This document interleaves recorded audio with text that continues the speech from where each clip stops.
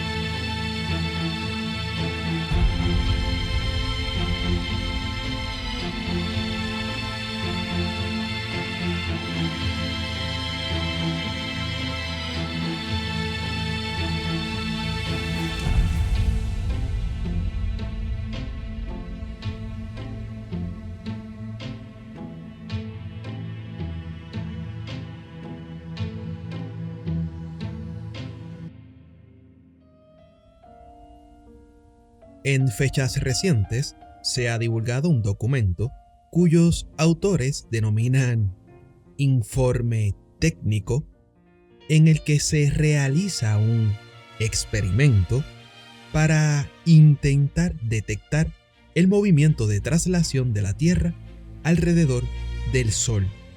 En el dicho escrito, R-Flat analiza el comportamiento de un modelo supuestamente análogo al real que contiene los movimientos básicos de la Tierra, siendo equivalente con el comportamiento de una calecita, en el que cada puesto se traslada alrededor de un eje central al mismo tiempo que gira sobre sí mismo, intentando imitar la traslación de la Tierra alrededor del Sol y la rotación sobre su eje, respectivamente.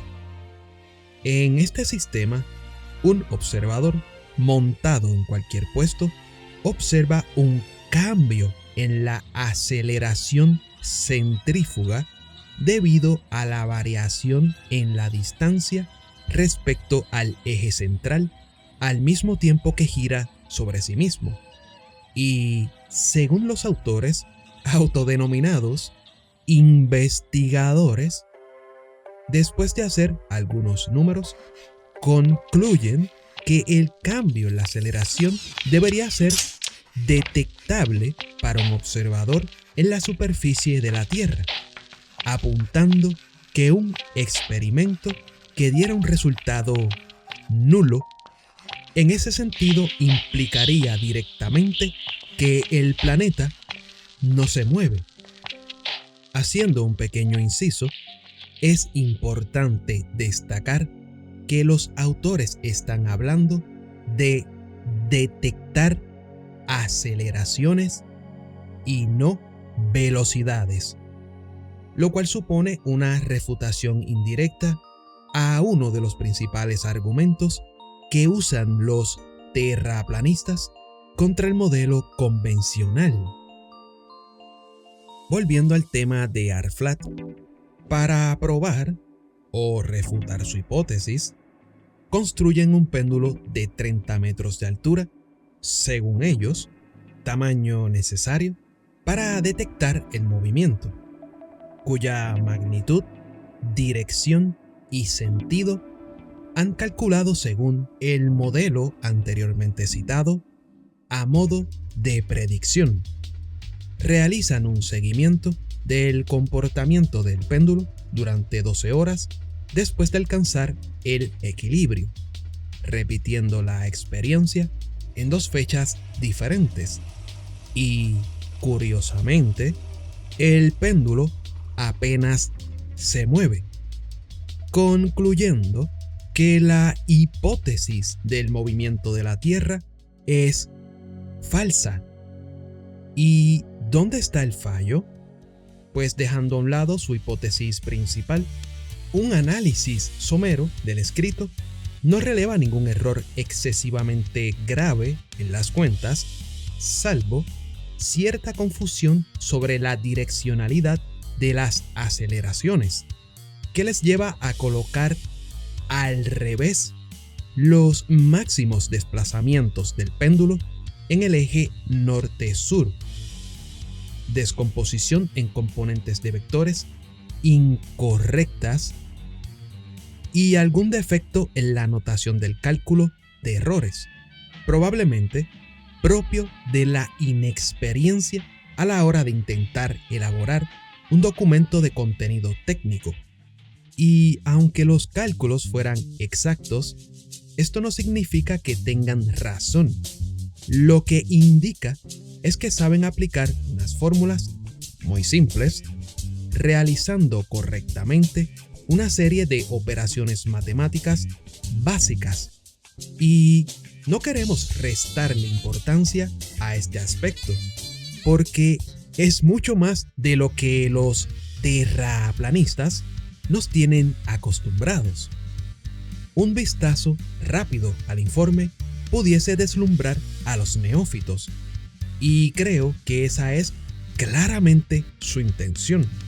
Hemos podido ver en las últimas semanas cómo tienen preferencia en presentar su experiencia en contextos donde, supuestamente, no existen expertos en la materia que puedan discutir los aspectos más relevantes, centrándose en el carácter supuestamente técnico, valorando mucho más la forma que el contenido. Pero, para cualquiera con un conocimiento mínimo, un primer vistazo revela el principal error, y es que no están considerando la aceleración de la gravedad que el Sol ejerce sobre la Tierra y a todo lo que contiene, incluido el péndulo, y que es responsable de su movimiento. De hecho, la palabra gravedad solo aparece en el escrito referida a la aceleración ejercida por el planeta sobre el péndulo. Parece que intentan esquivar esta cuestión a toda costa. En otras palabras, asumen, y tome nota sobre lo que digo, asumen que la aceleración de la gravedad del Sol sobre la Tierra es similar a una conexión rígida entre ambos cuerpos. A modo de ejemplo, asumen algo similar a como si hubiese una especie de cuerda que une a la Tierra y el Sol. Así que la cuestión relevante es si este modelo que ellos suponen para el movimiento de la Tierra como hipótesis sería equivalente al modelo convencional. Cuando se analiza el movimiento de un objeto que orbita a un cuerpo debido a la atracción gravitatoria, se suele mencionar que dicho objeto se encuentra en caída libre. De manera intuitiva, pensamos en la caída libre como un objeto que se suelta desde cierta altura en el campo gravitatorio terrestre. Por ejemplo, cuando un paracaidista realiza un salto desde un avión. En presencia de la atmósfera, un objeto que cae alcanza una velocidad máxima, denominada velocidad terminal, debido a la fricción con el aire. Así que esto no es exactamente un buen ejemplo de caída libre. Así que en el caso de ese paracaidista, al haber una resistencia aerodinámica, no podemos considerar como que el mismo está totalmente en caída libre. Pero, ¿por qué? Una caída libre se puede definir como el movimiento de un cuerpo únicamente sujeto a la acción de un campo como el gravitatorio, en ausencia de cualquier otro tipo de aceleraciones. Por otra parte, está el principio de equivalencia, que, por si no lo conoces, te diré que en su formulación clásica indica que la aceleración a la que se ve sometido un cuerpo en un campo como el gravitacional es independiente de su masa y que dicho valor es igual a la masa inercial, responsable de la resistencia del cuerpo a ser acelerado por cualquier fuerza implicada al mismo. De esta manera, un observador no puede distinguir si se encuentra en un campo gravitatorio o en un sistema de referencia acelerado, y desde un objeto que cae sometido a la acción de un campo como el gravitatorio, en ausencia de otras fuerzas, un observador en su interior percibirá una aceleración total igual a cero respecto al objeto, constatando que desde su punto de vista, otros cuerpos libres que también se encuentran en el interior se mueven siguiendo trayectorias rectas, por lo que un sistema de referencia anclado al propio objeto y que cae con él puede ser considerado inercial. Vuelvo a repetir, pero de forma más lenta. Un sistema de referencia anclado al propio objeto y que cae con él puede ser considerado inercial. Se entiende. En principio, la diferencia entre sistemas inerciales y sistemas no inerciales es simple. En los sistemas inerciales no se puede detectar ningún tipo de aceleración, y en los sistemas no inerciales sí, aunque son conceptos que se asocian a la teoría de la relatividad, su origen es anterior a la misma. De hecho, cabe mencionar que el concepto de sistema de referencia inercial fue introducido por Ludwig Leng en 1885 en el marco de la física newtoniana. Y toma nota, tú, el profesional que se autotitula como profesorcito de física. Esto fue 20 años antes de que Albert Einstein publicara su teoría de la relatividad. ¿Te quedó claro?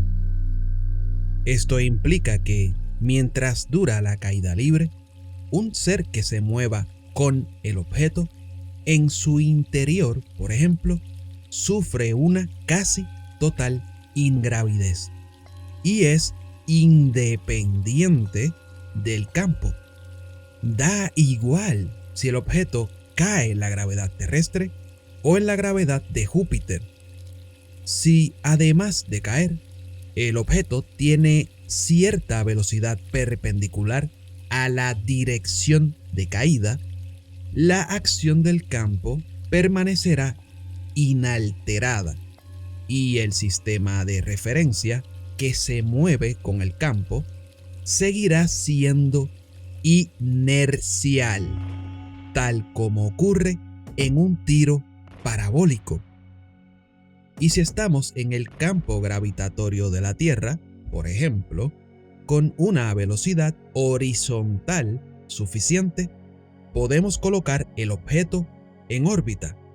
Es importante añadir que no importa cuál sea el tipo de órbita, con lo cual un sistema de referencia anclado a un objeto en órbita es también inercial. ¿Se va entendiendo hasta acá? Esto lo podemos comprobar en las transmisiones desde la ISS, por ejemplo, donde se muestra a los astronautas conviviendo con la casi ausencia de total gravedad. De la misma manera que esto ocurre con un objeto en el campo gravitatorio de la Tierra, ocurre en el campo gravitatorio del Sol, afectando a los planetas y otros cuerpos, como la Tierra, por lo que un sistema de referencia que se mueva con ella en ausencia de otras fuerzas como las debidas a la rotación o al campo gravitatorio propio, puede ser considerado como un sistema inercial. Si bien con Copérnico, o incluso mucho antes, hace más de 2 milenios con Aristarco de Samos, porque en definitiva fue Aristarco el primero que esgrimió esa idea, pudimos tomar nota del Sol como centro del sistema solar, fue recién en el siglo XVII con Isaac Newton cuando comprendimos cabalmente los motivos por los cuales los planetas giran alrededor del Sol. Y eso se debió al trabajo de Newton, que describió minuciosamente en su famoso libro Principia Mathematica, en donde describe la fuerza de gravedad, esa fuerza mutua existente entre dos cuerpos con masa y que hace, en el caso del sistema solar, que los planetas giren alrededor de nuestra estrella. En el caso de la Tierra, quien es mucho más masivo es el Sol respecto de la Tierra, y por eso la Tierra es la que gira alrededor del Sol. Pero podríamos preguntarnos que si existe esa fuerza de gravedad mutua entre ambos cuerpos atractiva, ¿cuál es el motivo por el cual la Tierra no cae directamente sobre el Sol? Bueno, y la cuestión es que, para ser estrictos en términos físicos, matemáticos, la Tierra está cayendo continuamente hacia el Sol. Pero ¿qué ocurre? No solamente existe esa fuerza de gravedad entre ambos cuerpos, sino que la Tierra tiene una velocidad que es perpendicular a la dirección de la fuerza de gravedad existente entre ella y el Sol. Al tener esa velocidad, una velocidad orbital, eso hace que la Tierra esté atraída por el Sol, ¿sí? Y que continuamente se esté moviendo alrededor de él. En otras palabras, la Tierra está continuamente cayendo hacia el Sol, pero como tiene esa velocidad, lo que hace es orbitar, girar alrededor del mismo. Si la Tierra en su movimiento orbital se frenase, ¿sí? Disminuyera su velocidad, ahí sí continuamente la Tierra comenzaría a caer hasta que finalmente colisionaría con nuestra estrella. Pero incluso el movimiento de la Tierra en el campo total, provocado tanto por el Sol como por el resto de los cuerpos, puede ser considerado como una caída libre. Así que, sin avanzar más, ya podemos concluir que las aceleraciones que quiere medir el grupo ARFLAT simplemente no existen, debido a que la intensidad de la aceleración depende de la distancia a la fuente de campo. Solo el centro de un sistema de referencia que se mueva con el objeto que orbita es verdaderamente inercial, porque en cualquier posición distinta del centro experimentará una aceleración diferente a la de este punto, al que podemos considerar entonces como localmente inercial. Estas aceleraciones, que aparecen en objetos extensos se denominan de marea y podemos ver sus efectos sobre los océanos y otras grandes masas de agua de la Tierra, principalmente por la combinación de la acción de la Luna y el Sol. La fuerza de marea es uno de los efectos más interesantes que existen en la naturaleza. Es un efecto secundario producido por la fuerza de gravedad. Supongamos que tenemos al Sol y tenemos a la Tierra. La fuerza de gravedad entre ambos cuerpos depende de la distancia a ellos. Por ende, en la Tierra, el efecto que se produce por la fuerza de gravedad en la parte de la Tierra más cercana al Sol es distinto a la parte más alejada de la Tierra respecto del Sol. La parte más cercana va a estar más atraída por nuestra estrella, porque está a una distancia más corta, que la parte más alejada de la Tierra respecto del Sol. Esa diferencia de fuerza de gravedad en un planeta como la Tierra es apreciable, y sobre todo en el mar, en una gran cantidad de masa líquida, de agua líquida.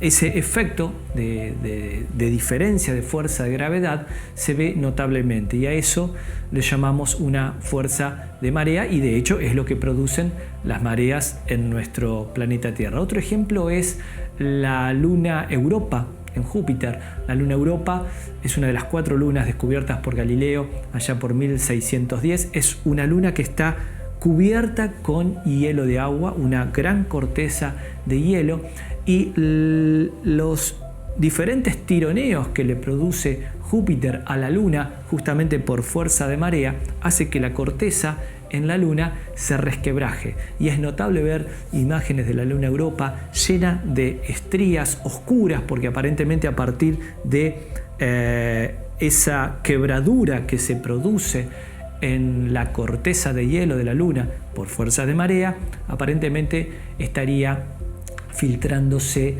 material del interior de la Luna, y es lo que produce ese color amarronado, ese color oscuro respecto de todo lo que es el hielo circundante. Otro ejemplo de lo que produce las fuerzas de marea es el caso también de Júpiter, con un cometa muy famoso que colisionó con el gigante gaseoso del sistema solar allá por julio de 1994. Estamos hablando del cometa Shoemaker-Levy 9. En julio de 1994 este cometa impactó con el planeta Júpiter, pero en distintos pedazos. ¿Y eso por qué? Porque el cometa Shoemaker-Levy era un cuerpo único que en un paso anterior a 1994 pasó relativamente cerca del planeta, y la fuerza de marea producida por Júpiter hizo que el cometa se fragmentara en varios pedazos, algo así como 21 pedazos. Esos 21 fragmentos siguieron viaje, todo como un único objeto, hasta que en 1994, en julio de ese año, finalmente colisionó con el planeta. Aclaremos que el movimiento no es la causa de las aceleraciones de marea, sino que son debidas a que el campo no es homogéneo en una región del espacio que no sea puntual. La marea tiene el efecto de estirar un objeto respecto de su centro en la dirección de la fuente de campo, en ambos sentidos, y de comprimirlo en la dirección perpendicular. Pero debido a la distancia y a las masas de las fuentes de campo principales, las aceleraciones de marea son muy pequeñas, sobre todo comparadas con otras aceleraciones que se pueden observar desde la superficie de la Tierra, como la gravedad, y las aceleraciones aparentes debidas a la rotación terrestre, como la aceleración centrífuga y la de Coriolis. Armados con todas estas herramientas, ya estamos listos para comparar el modelo convencional y el modelo de movimiento que se plantea como hipótesis en el documento. Así que la pregunta clave es: es el modelo convencional y el modelo que interpreta Arflat en su hipótesis equivalentes. Para crear una comparación comprensible, hemos usado el programa Algodó, capaz de hacer simulaciones basadas en la física newtoniana. Hemos construido dos modelos. A la izquierda, algo similar a la calecita, donde ambos cuerpos están unidos por un armazón que rota alrededor del objeto central, mientras que el objeto secundario rota sobre sí mismo, anclado a la estructura. A la derecha, el modelo convencional de un cuerpo orbitando a otro más masivo y que también rota sobre sí mismo. En ambos casos, los modelos presentan los movimientos de traslación y rotación sobre su eje presentes en la Tierra. Hemos colocado un resorte anclado al cuerpo en traslación para intentar medir las aceleraciones que podría apreciar un observador situado sobre la superficie. Y aunque las simulaciones son en 2 dimensiones y los valores son algo exagerados por no presentar la escala correcta, no se esperan cambios significativos en el comportamiento general al suplir estos defectos. En el modelo de calecita, el resorte se desplaza en lo que sería al mediodía y a la medianoche en sentido contrario al vector que apunta al cuerpo central. Mientras que en el modelo orbital, el resorte, en lo que sería tanto al mediodía como a la medianoche, él se desplaza en sentido contrario al centro. En otras palabras, el resorte apunta en sentido a la fuente de campo al mediodía y en sentido contrario a la fuente de campo a la medianoche.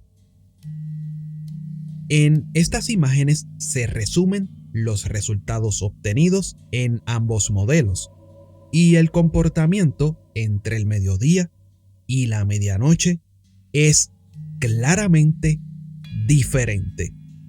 Para mejorar la visualización, se ha añadido algo parecido a un fluido que se distribuye sobre el contorno del objeto en función de las aceleraciones existentes. Y podemos ver lo que ocurre en el modelo de calecita. Un caso intermedio de atracción al cuerpo central sin orbitar.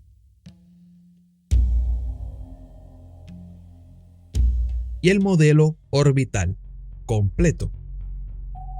La distribución del fluido en el modelo orbital es exactamente lo que podemos observar y esperar de las mareas de los océanos de la Tierra, mientras que el modelo de calecita presenta un comportamiento que jamás se ha observado. Con estas diferencias, podemos concluir, por tanto, que ambos modelos no son equivalentes. Así que, resumiendo, en el citado informe vemos dos problemas muy importantes. El primero, conceptual, acerca de poder medir la aceleración centrífuga de la traslación de la Tierra, porque tal como ya hemos visto, un sistema de referencia que siga al de la Tierra en su movimiento de traslación es localmente inercial. Y el segundo, estrechamente relacionado con el primero, que el modelo que se usa para analizar el movimiento no puede ser equiparado al modelo convencional. Recordemos que este grupo plantea esa hipótesis de movimiento y hace unas predicciones tomando como base esa hipótesis. Como sus erróneas predicciones no se cumplen, llegan a la conclusión de que no existe movimiento, lo cual es un razonamiento falaz, pues la única conclusión a la que pueden llegar es que su hipótesis es incorrecta. Y esto no implica que no exista movimiento, sino que no existen movimientos tal como ellos lo plantean en su hipótesis, que es algo muy diferente. Puede que no sea más que un error típico de aquellos que no están acostumbrados a usar el método científico, pero también se puede llegar a pensar que es un intento pésimamente elaborado de manipulación. En cualquier caso, sea cual sea su intención, aunque lo han hecho bastante mal, y es necesario decir que los autores de este trabajo presentan importantes carencias acerca de los conocimientos básicos de la física newtoniana, el grupo merece nuestro reconocimiento por su esfuerzo. Eso sí, la próxima vez que se les ocurra otra idea como esta, antes de ponerse a montar péndulos, no estaría de más consultar a un verdadero experto. Llegados a este punto, sabiendo que lo presentado en el informe es como poco incorrecto, podemos preguntarnos acerca del efecto que tendrían los cuerpos planetarios sobre un péndulo. ¿Se podría detectar el movimiento relativo de la Tierra respecto a otros cuerpos observando el movimiento de un péndulo?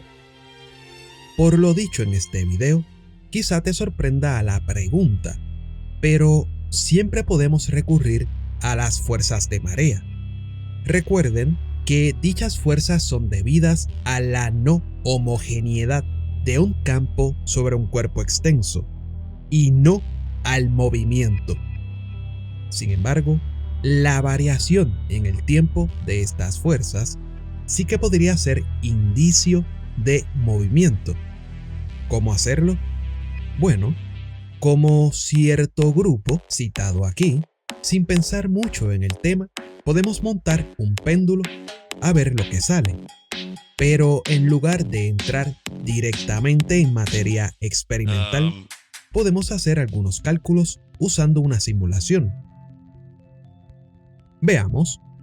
Necesitamos un modelo de la Tierra y también las posiciones del Sol y la Luna, que son los cuerpos más importantes por masa y distancia, planteando como hipótesis que las contribuciones de los demás objetos del sistema solar y del universo son despreciables. Las posiciones relativas de los cuerpos planetarios se pueden obtener de cualquier modelo de efemérides, como los que se usan en los programas de astronomía, pero es mejor buscar algo que no sea tan complejo.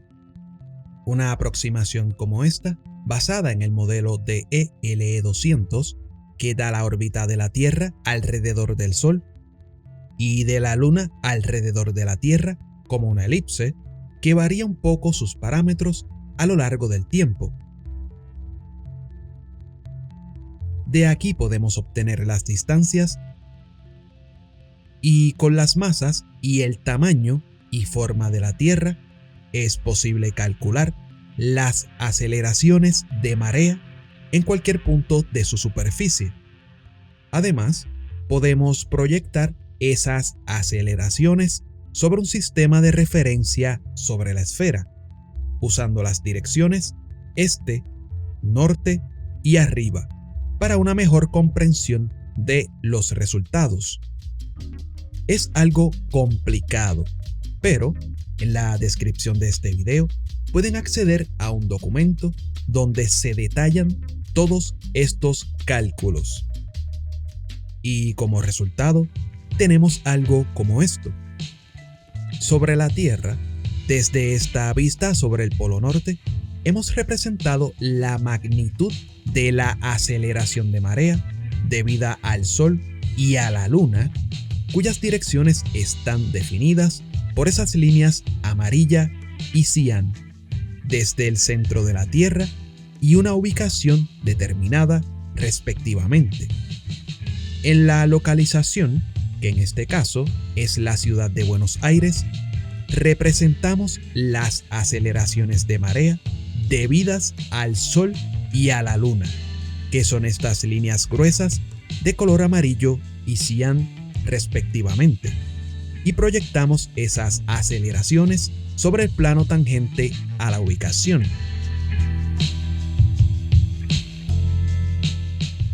La rotación de la Tierra provoca que las aceleraciones de marea cambien en el tiempo, vistas por un observador sobre la superficie respecto a las direcciones norte, este y arriba.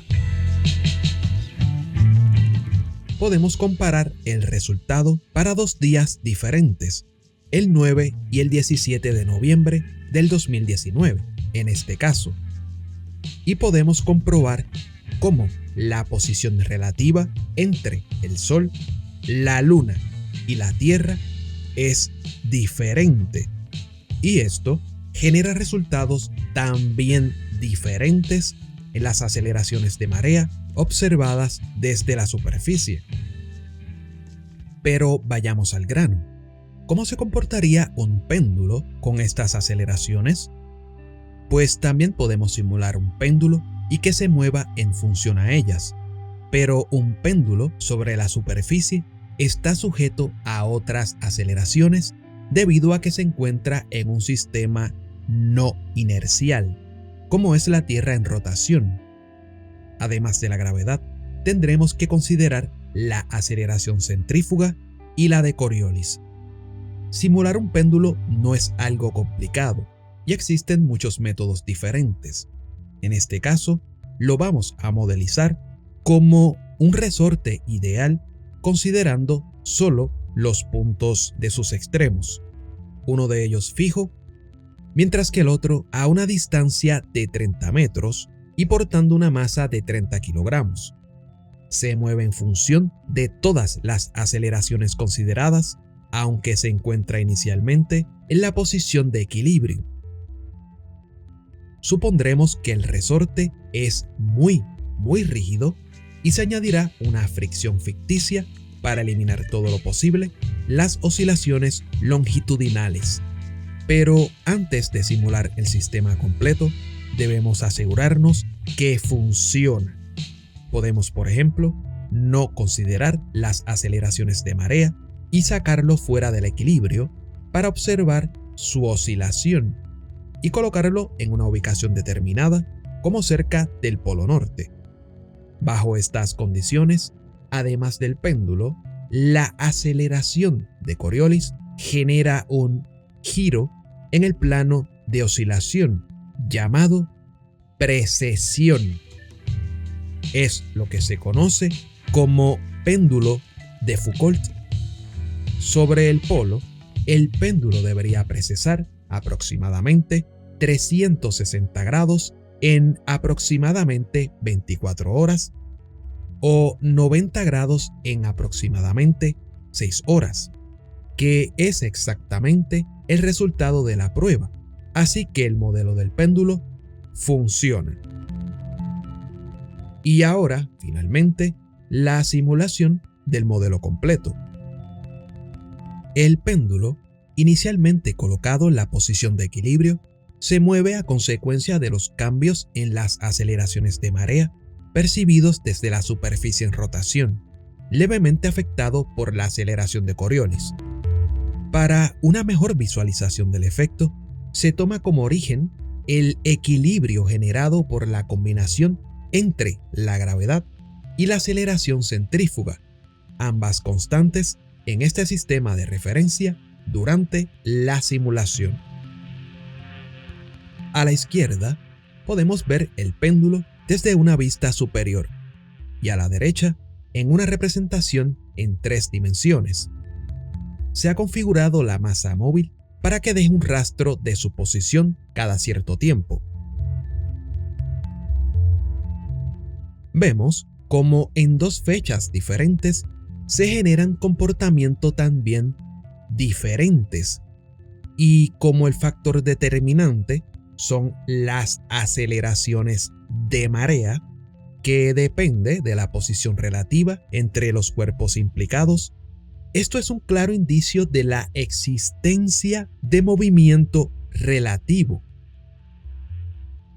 Pero lo más importante es la magnitud de estos desplazamientos del péndulo, entre 3.5 y 5.5 micras para un péndulo de 30 metros.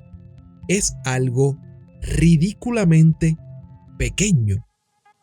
Consideren la dificultad que implica medir estas cantidades en un sistema que podría estar afectado por todo tipo de perturbaciones como vibraciones, corrientes de aire, cambios de presión, temperatura o humedad que cambien las propiedades de la cuerda.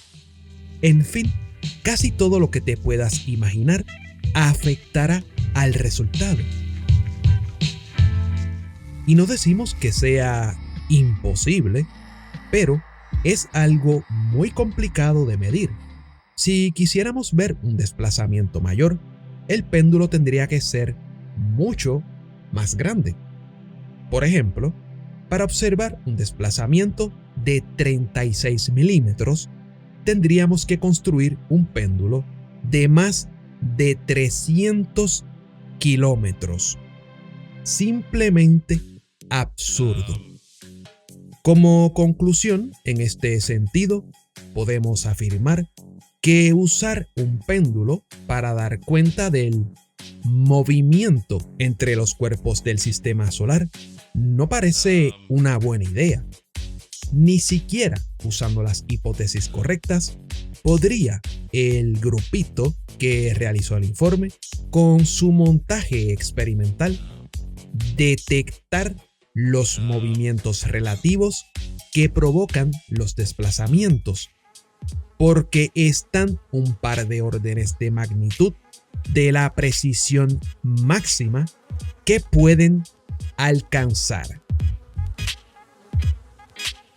Así que resumiendo, y ya para finalizar, el grupo ARFLAT, intentando pasar por alto de forma lamentable la gravedad que el Sol ejerce sobre la Tierra, crean un modelo de movimiento como hipótesis supuestamente equivalente al convencional, y de su torpe análisis concluyan que el movimiento de traslación de la Tierra debería ser detectable.